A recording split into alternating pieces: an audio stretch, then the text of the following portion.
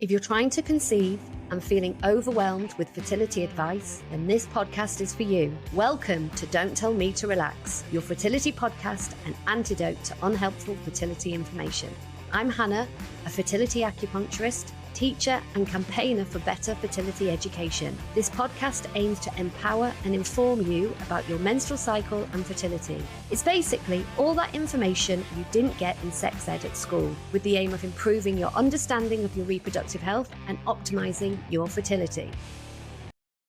Hello, lovely people, and welcome to a new year and a new start for Don't Tell Me to Relax. Full disclosure, we are actually recording this in November, but we are being ahead of the game, and we thought it would be great to come back in 2024 with an episode that was all around preparing for pregnancy. And we're going to really unpick ways to prepare, why it's important to prepare, and what areas of life to look at, because we thought what a good time of year to do it, because obviously the start of the year comes with new resolutions. People often have a break over Christmas and people come back in January with wanting to make some positive changes to their life. So, Katie, I would ask you how your Christmas has been. But we don't know. So I won't ask you that, but I hope you have had a nice Christmas, and I hope everyone out there has had a nice Christmas and a good new year. And I guess the reason we talk about preparation for pregnancy, and this refers to whether you're trying to conceive naturally or whether you're preparing for IVF, is that it's a bit like running a marathon, getting ready for a healthy pregnancy.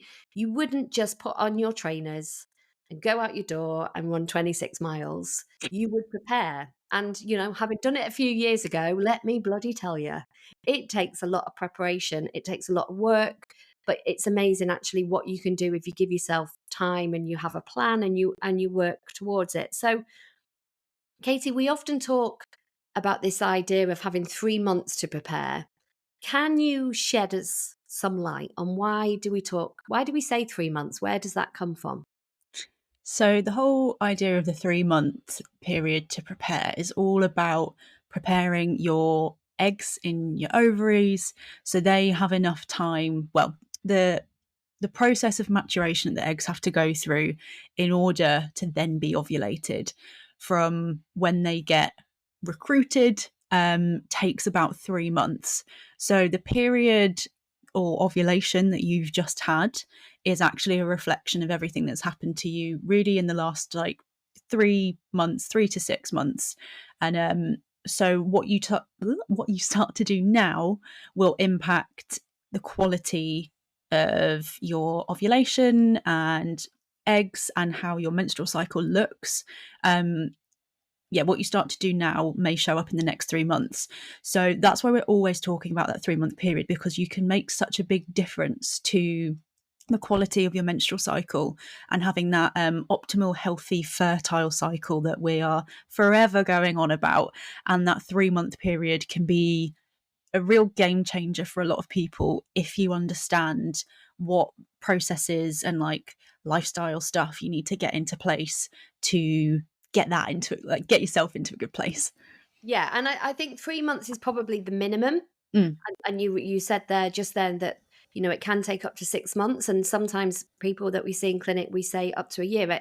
A lot of it depends on what state your health and life is in when you first start to make the changes. But I would say 3 to 6 months, 3 minimum, 6 kind of is average. Would you agree? Yeah, I'd agree with that. I mean, it's the kind, if we're getting really technical about it, from when your ovaries have follicles in them, and the follicles are what house your eggs. So from the follicles just hanging out doing nothing to the point of ovulation, that whole process can take up to a year, really. It's that final 3 months that's the real kind of final maturation process. So that's why the 3 months is often discussed in spaces like this and all the literature you kind of see around fertility, but it can take longer. And if the longer you have to prepare, I guess that can be a really positive thing. It's not to say that you have to have a year. That 3 months can make a massive, massive difference. But 3 months minimum, 6 months is great. If you're thinking about it earlier than that, then brilliant. Yeah. Absolutely. So I guess what we're going to do is we're going to kind of go through the main areas that we think are important to look at and make an assessment about, and the areas where you can make improvements, because I guess we always talk about this idea of what can you control in your fertility journey and what can't you control in your fertility journey. And these are the things that you can make positive changes to and that are going to have a positive impact. And when we talk about this, we really want to get away from this idea of it has to be perfect and perfectionism, and it has to be all encompassing, because I know it gets to January.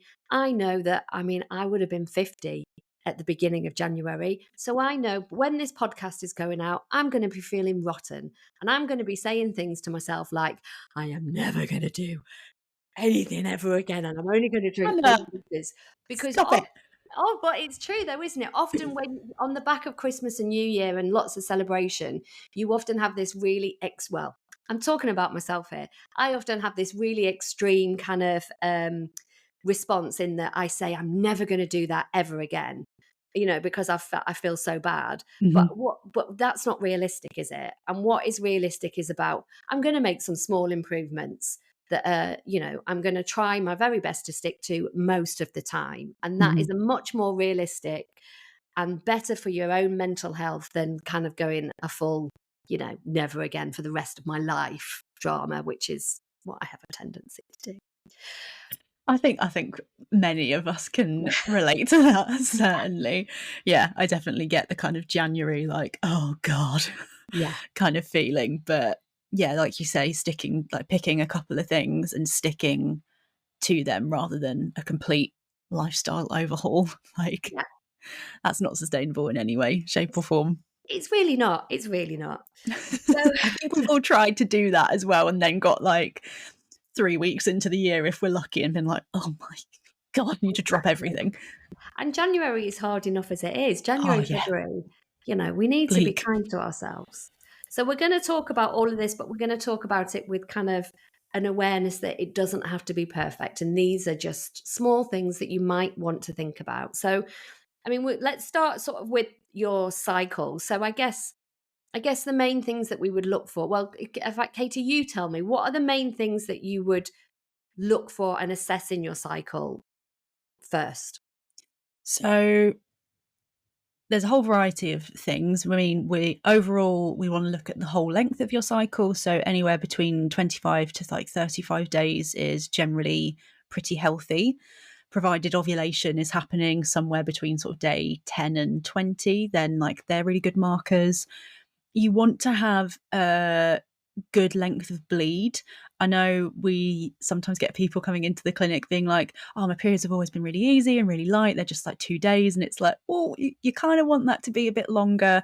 So like 3 to 7 days of bleeding, provided you're not flooding and having to change your products too often.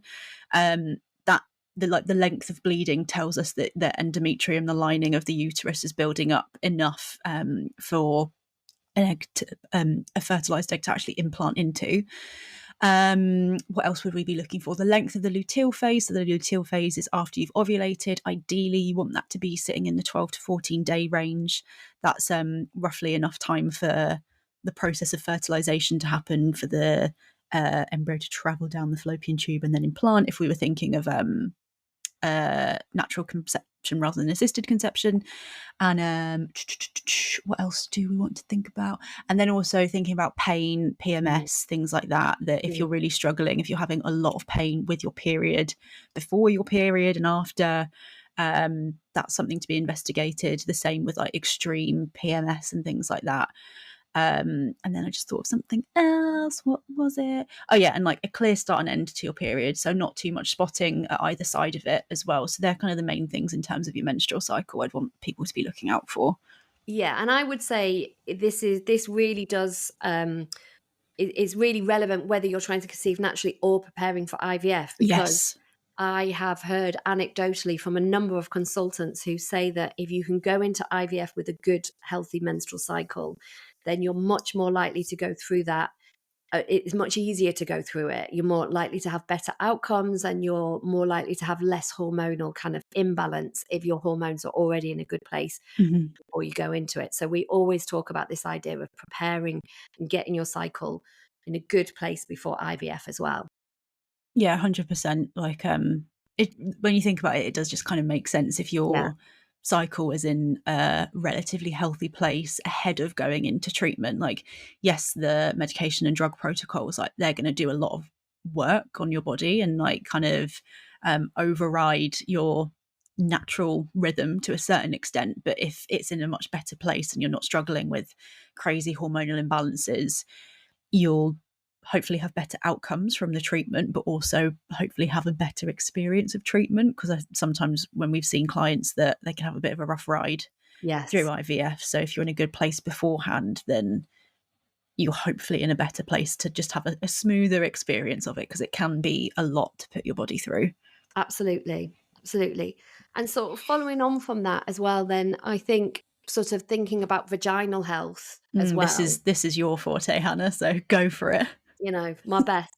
Because I think just checking in. So if you've got any signs or symptoms, checking it and getting it investigated before you get pregnant is really important, because it's linked to healthy pregnancy outcomes and reducing risk of preterm birth and miscarriage. So if you're somebody who's suffered from UTIs, or you get thrush repeatedly, or what you think is thrush, or you get BV, or you have suspected STIs, you've had chlamydia, anything like this, it's really important to get it checked out. And obviously, we work a lot with vaginal microbiomes, but you can also go and get swabbed by your GP or by your sexual health clinic. You can do this for free. And I would say go when you've got symptoms, because the culture tests are not as conclusive as microbiome testing. But if you can go when you've actually in a flare and you've got symptoms, then you're much more likely to pick up the bacteria that's causing you the problem. So that's something to bear in mind. And also to make sure that your smears are up to date, because I don't know whether it's that you can't go and have smears when you're pregnant. I think it probably is. Yeah, I don't think you can. And then there's a period of time after, 3 or 6 months after, I don't think you can. So you want them to be up to date before you go into Yeah. that, because there's what, maybe like a year, 18 months or ish that you then can't have one for. Yes. So getting all of that kind of underlying vaginal health sorted, investigated, and treated if you need it is a really important part of natural fertility support, and particularly IVF support, because this is where they're doing all the studies now, because it's much easier to study people who are going through IVF, and they are finding that people who have got a good abundance of the lactobacillus crispatus, which is a type of sort of great microbe that forms a protective layer within the vagina, if people who've got abundant levels of that have better fertility outcomes with IVF, so higher rates of implantation. So the research is very new, the studies aren't huge, it's still controversial, but I would say that it's looking really promising, and it's about something that you can do. You can take a probiotic to improve your vaginal microbiome. It's not hugely expensive, it's not rocket science. It can only benefit. So I would say definitely something to think about and investigate should you feel like you need it. Yeah, I agree. I don't know a huge amount of vaginal microbiome stuff, but what I hear more and more about it, it's crazy the impact it can have. And like you say, you can just Mm. go to your GP and get a certain amount of testing done there, pop a probiotic, and Yeah. like you could improve your outcomes like quite, what's the word? Massively, Significantly? significantly, massive, quite massively. Massive. Massive. Yeah, I mean, it's that I mean, sometimes the thing is, we talk a lot, don't we, about testing and investigations, and we know that all of this stuff is expensive. Yeah.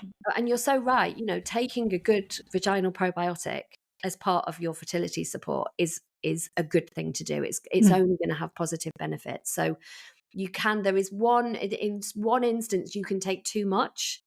mm. So there is that, and it's important to flag that. But for most people, taking a good vaginal probiotic is really good.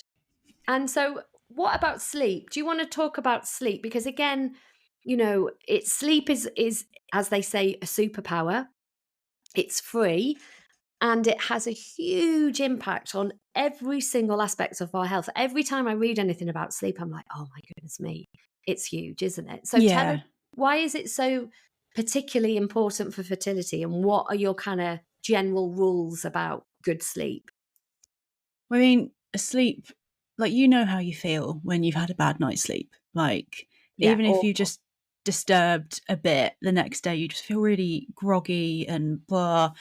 And if we're thinking about, like, on a hormonal level, what's happening, it just has this massive sort of cascade effect where, like, you just, everything's off kilter and you can feel crap, basically. Mm, Um, in terms of, like, the impact it has on fertility, again, just thinking of that kind of hormonal aspect, there's some research about sleeping in, like, a really dark room, like a dark room as in you can't see your hand in front of your face dark, like turn your room into a cave, and that can lengthen and support the luteal phase. And mm. again, that can be a relatively straightforward thing to do. So things that are going to help with that are like getting your devices out of your room, like making sure if you've got an alarm clock that it's not like this bright yellow light lighting up your whole room or something like that. Get like some blackout blinds, or if you've not got blackout blinds, like just get a sheet up and it'll be ugly and you'll hate it, so then you'll want to get blackout blinds. And so simple things like that can really help from the fertility aspect. I mean, there's so many other things that now escape my brain of Well, why. I mean, I know this from being perimenopausal, is keeping your room cool is a Mm, really good way to promote good sleep. So not having your room too hot can really help. And just kind of going into sleep rather than kind of like going from your day and then you get into bed and you go to sleep. You have this kind of wind down time. yeah, So if you think about it, your melatonin, the hormone I was that's just going to say that. responsible for your sleep, is rising, isn't it? I Mm, think it's from about 8 o'clock. I might be wrong, but it's so there is a I think time that's sort of about in the right. evening, and it starts to rise. And if you're like on a screen, or if you're really busy, if you're exercising, then you are blocking your melatonin, and you Mm, need a good amount of melatonin to help you fall asleep and to help you stay asleep. So what do we know supports melatonin production? It's kind of like low light, it's kind of relaxing, warmth, kind of, hot mm, baths, all of yeah, these things, kind of not kind of kicking out that cortisol. You want the cortisol to be decreasing and you want the melatonin to be rising, and that totally. can really help. Yeah, and melatonin, like, that can impact the hormones as well. So you want to be supporting that. Like, screens are a real big one in terms of Yeah. melatonin production, because all of our electronic devices, like, pump, like, that they're emitting a lot of blue light, and our brains respond to blue light being like, it's time to be awake. So that can really upset your circadian rhythm, so that's your, like, sleep and wake cycle. So yeah, getting off screens, ideally a few hours before you're going to bed, kind of winding down in different ways, whether that's like listening to podcasts or like reading, just chilling out with, like, your partner or whoever you live with. um yeah, and just making that time to wind down, because then your brain is responding to the lower light being like, oh, it's getting dark, time to go to sleep. And then that's why you often hear a lot of hormonal people talking about getting out first thing in the Mm, morning, because that then helps to reset that circadian rhythm. Like, low level sunlight, the way it, like, hits the eye, helps to reset that circadian rhythm, and your brain mm, recognize, cool, it's morning, up we get. Like, getting out, even like today, it's miserable, it's grey, it's drizzly, but even getting out in that is going to help to reset that. So there's lots of things you can do for sleep, like, beyond when you're sleeping. So, like, once you wake up, making sure that you're getting daylight into your eyes. So, like, don't be walking around with all the curtains closed in a dark room, and mm. all those kind of things can really help as well. Also, I guess having a set, sticking to a rough time, so Routine. sticking to going to sleep at a certain time and getting up at a certain time. And obviously it does change, but Mm, the body likes routine. It likes mm, to know what it's doing. And if you think about it, we're cyclical, aren't we, women? We're cyclical in that we have the day clock, but we also have our monthly cycle clock. mm, And so, sticking to that kind of regularity really helps make the body feel safe, totally. Yeah. And and that's therefore reproduce. so important. Like, and like, that thing about routine, I remember seeing something, it was on Instagram, but it was in relation to COVID, actually, and how, like, all of our during lockdown, all of our routines were taken away. So, and so many people talk about feeling like exhausted. And it's like, because there was no routine, there was no predictability. So your brain, it's the same with when you start a new job and you're having to think of everything all the time. And like, what happens here? Who does this job? What do they do? Who do I go to speak about this? There's no like autopilot. Mm. So if you have like a routine with bedtime and waking up, your brain has that bit of autopilot, so it kind of takes out some of that decision making processes. Like, there's only so much capacity our brain has in a day, so routine can really help a lot of people to, one, get into that rhythm, that cyclical kind of nature, and but also just help you not have to think about all these things all the time. Yeah. Yeah, absolutely. And the other big one, sleep obviously is a superpower, but the other one is nutrition, in terms of kind of what can have a positive impact on your health, your well-being, and therefore your fertility.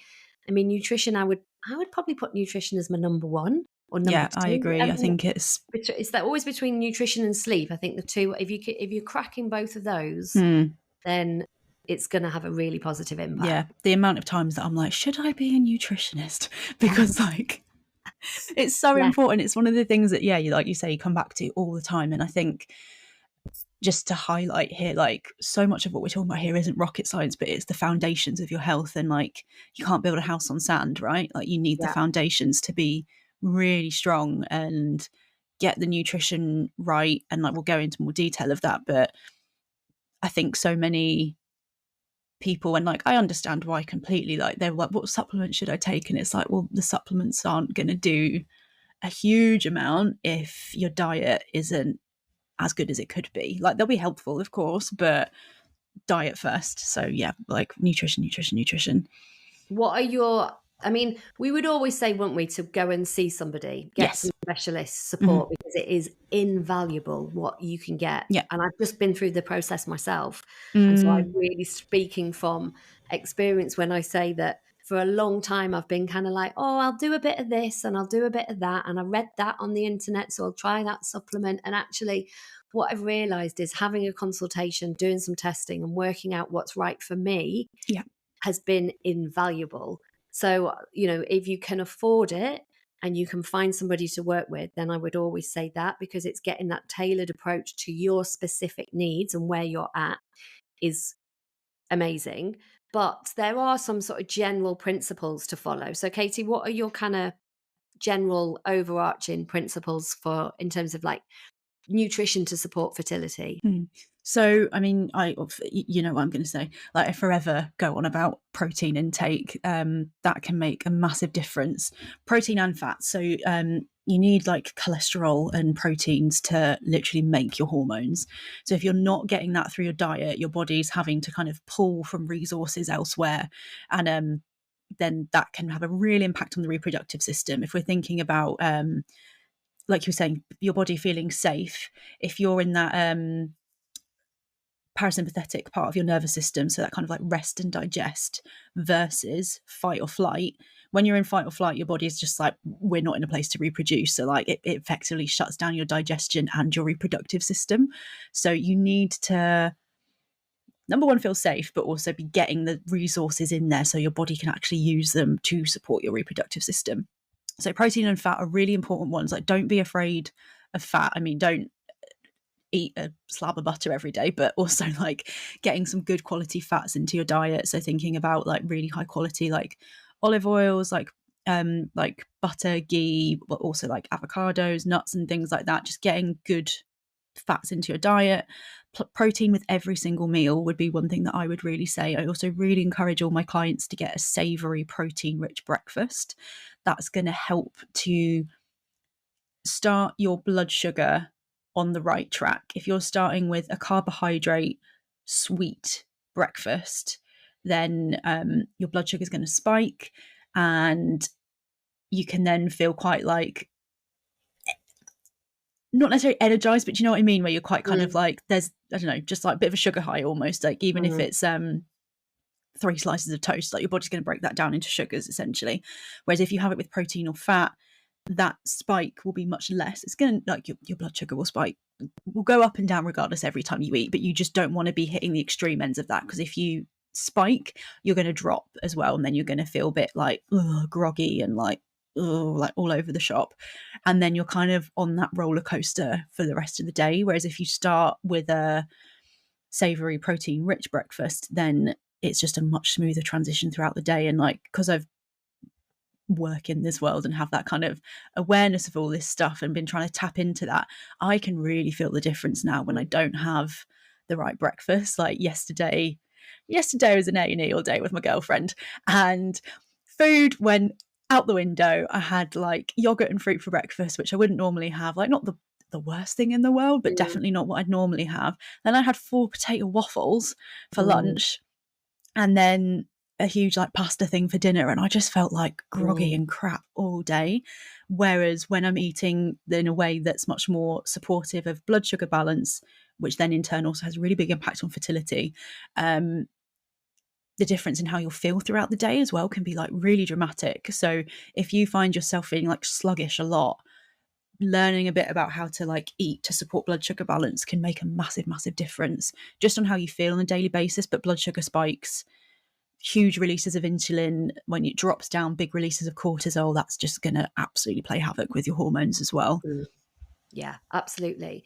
And in terms of supplementation, I guess, from an NHS perspective, it's folic acid and vitamin D are the recommended ones for when you're trying to conceive. That's the ones that are like government guidelines.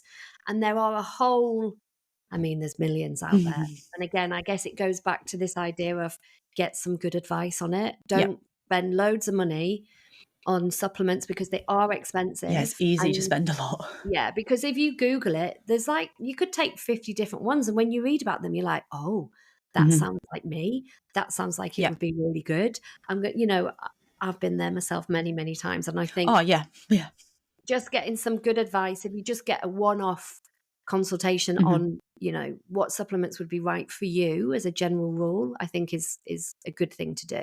Yeah, I totally agree, especially if you're taking any medications, because some supplements, depending on what they are, could like really interact with some of those medications. Like, I'm thinking of an example of if you have thyroid related issues, and then you were to look at some supplements, like iodine being a big one with thyroid, you can really get that wrong without the guidance, and that could have a big impact on your thyroid health. So if you're on thyroid medication / any medication, getting that tailored nutritional support, so you're not taking anything that's going to have a negative impact, I would say is like you say, like invaluable, really.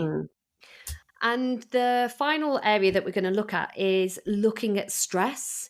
And when we say this and we're talking about this, we're not sort of saying just chill out, because bloody hell, if we said that, I'd be Just relax. I'd be stabbing myself in the eye with this pen. But what we say when we talk about addressing stress is thinking about what are your stresses in your life, and are there stresses that you can do something about or not? Because we all have stress for various different reasons, and it all comes from various different places that we can or can't do anything about. So there are some things that you can address in the short term, and there's some things that you can't. So I would say, what are the things that you can do, and where can you get support? So find your people who are going to support you and be your antidote to your stress, because sometimes that's as good as it can get. Yeah, 100%. There's so many like free resources out there to help with stress. I mean, like YouTube is just this like mad resource, really, if you're looking for stuff. And I mean, going back to sleep as well, actually, like I did that sleep school last year. It's weird saying that this year, but like doing some like reflexology on yourself, like finding little tools to help kind of like bring the stress down a notch or two. I mean, it's hard necessarily to get rid of all your stress. And if, again, it's that kind of sustainability piece, if you're just trying to get rid of all of it, that's probably going to be more stressful. So just think about what can you do to help bring things down a notch. And like you say, what can you actually control, and what can you do about that? Are there certain boundaries that you need to put in place? Are there practical elements that would really help? Like, think about the routine piece of sleep. Like, is there routine in your week of like, okay, I'm just going to do my food shop on a Monday night now, and those kind of things that can help with that. And they're like sometimes boring things that Yeah. really help, but they're practical and they can Yeah. be really helpful. And I think January is always a really good time, isn't it, to make that reassessment about, Mm. bringing in like systems and processes that might make your life easier. And also maybe doing not a cull on your friendships, but, like thinking about objectively who are the people in life who are your energy givers and who are your energy Mm. suckers. And it's not about, getting rid of the energy suckers, but it's about maybe not seeing them so much, or maybe sort of putting, like you say, putting up a boundary while you're preparing, while you're moving into this space, Mm. getting ready to conceive or preparing for IVF. Then, who are the people that you want around you? Who do you want to share this information with? Because you do not want those people in your life that are going to say the wrong thing or ask stupid questions, or then start talking about themselves. You want to really think about, because, we all have those people who are, some people are just better at doing that. They do, you have that relationship with them. So I think kind of like consciously thinking about them and consciously making a plan to sort of bring them into your space, and other people you kind of keep out, I think can be really helpful. Yeah, 100%. And if you have people that you can tell about where you're at and your experience of trying to conceive, and because the amount of people that I know feel so alone in it, if there's Mm, people that you trust, that you can share that with, like you say, that aren't going to be like um trying to tell you everything about their pregnancy or whatever. mm. and Or um their and friend who did this, who did that, who did, yeah. yeah, exactly. And so if there are people that you trust that you can like confide in, I think that is going to be so supportive and so valuable to you and help bring that stress down, because yeah, feeling alone, it can be really isolating. So like you say, like who are your people that are going to like lift you up through this, and make time for them, and the people that maybe don't quite get it, make different plans with them, and plans that maybe won't necessarily revolve around Yeah. conception related stuff. I don't know, I hope that's making sense. Yeah, absolutely. Because also it's that thing about acknowledging that when you are trying to conceive, or when you're preparing for IVF, or when you want to conceive and it's not happening, it's important to not underestimate the impact that that can have on your emotional, physical, spiritual self. It can be overwhelming, and I think sometimes people can devalue that or dismiss it, or Mm. not necessarily appreciate it. And it's important to go, this is up there with some of the most difficult things that you can face in life. Mm. So really acknowledging that, and really being respectful of that, and really thinking about, if somebody had died, how would you support that person? Who would Mm. you bring in to kind of help you through that grief and see that it's a long-term process? And I would say applying that same thought and process of care is a really valuable tool in your role of preparation and journeying through a difficult time. I think you said like that's about the grief, and that's a really important thing to acknowledge, because like every month there's that build up, that Mm, potential of what could happen, and then if it doesn't, it's really tough. And I remember hearing something about this term of like ambiguous loss, where it's like the loss of what could have been, and like mm, that is a type of grief essentially. So absolutely, yeah. please don't be hard on yourself if you're like, I'm finding this really tough, like I shouldn't be finding it as tough as it is. Like, it's grief, it is Mm, like, and grief is such a difficult thing to sit with. And mm, like you were saying about finding the people that can support you, whether that's friends or people like us that you can come and have treatment with, or looking for some kind of like counseling and things, that you can have that support to sit with some of the feelings and let them move through your body, or have a treatment to just switch off from all of that. Because it shouldn't, yeah, like you're saying, it just shouldn't be underestimated, the impact it can have.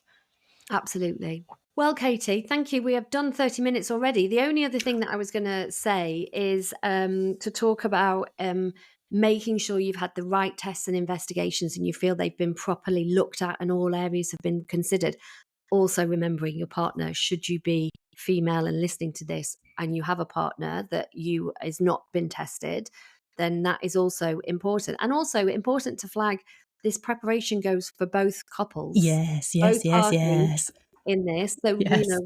I'm sort of saying this and I'm in my head, I'm talking to a female, but let's remember you might be a man listening to this, Mm. your partner might be listening to this. And And so if it's you are a woman listening to this with a male partner, get them to listen to it exactly, and be exactly. like, you need to do all this stuff too. Yes. Because, I mean, how many male clients do we have coming for treatment? Not enough, Katie. Yeah. Not enough. So it goes both ways. Yeah. And if you want more, we're not going to cover testing and investigation because we've got a whole load of episodes on that. So please do check those out if you want more information. But I think what I want to sort of end in is just reiterating this idea of, what we've talked about is about suggestions, and nobody is perfect. We can't do all of these things all of the time. Sometimes we might want to go out, stay up late, drink a bottle of wine, have a pizza, Mhm. that can happen. And Oh, yeah. that's not going to be that one time, if you're doing everything else right, the rest of Mm. the time, that one time where perhaps it's a friend's birthday, whatever it is, please do not beat yourself up about Yeah, that don't and punish progress yourself. into a situation, because it is not, it is not that black and white, is it? We cannot say ever, and it's just, there's no science to prove it, that one night off or that one night out was the thing Yeah. that why it didn't work this month, because it is not that simple. And I know it's very, we want to find reasons, don't we? We want to find explanations, and we Mm. want to do all the things that we can do. And Yeah, I we like totally, certainty. yes, and I understand that and I appreciate that. But with that comes stress, and there comes a lot of shame, and there comes a lot of blame. And I think it's important that what we're talking about here is like, do as much as you can most of the time, and it will stand you in good stead. But nobody is 100%. perfect. Yeah, 100%. Yeah, pick a couple of bits, like just one, maybe two, but even if it's just one, and like really, really nail that, like get it down, and like you feel really comfortable that that's just part of like what you do now, and then think about adding something else in. Like, Yeah. you don't want to be like, I'm going to do this, I'm going to do this, I'm going to do this, and I'm going to blah, blah, blah, blah, because you'll go crazy, and then you'll come and have a treatment with one of us, and you'll just be like, I can't do it all, and it's like, yeah, you can't. So it's all right. It's all right. Yeah. Be very, very kind to yourself. Yeah, please. Well, thank you very much, Katie. It Oh, is lovely to thanks. see you. And Always. we're off for another start for 2024. So we'll be coming up for our year anniversary of the So podcast. exciting. No, so we need to think about what we're going to do. But anyway, we will think about that, and I'm sure we will do it. But in the meantime, have a good January, everybody. It is a difficult time of year, so really look after yourselves, and we will see you next time. Thank you, Katie. See you later. If you've enjoyed listening to this and want to find out more, then come and join my free community in Facebook. We have loads of resources. You can catch up on all our previous webinars and be the first to know about forthcoming events. To sign up, just follow the link in the show notes. And if you'd like to work one-to-one with myself or one of the team, then please see our website, hannahpern.com, where you can book in directly or organise a discovery call to find out how we can support your fertility and your reproductive health.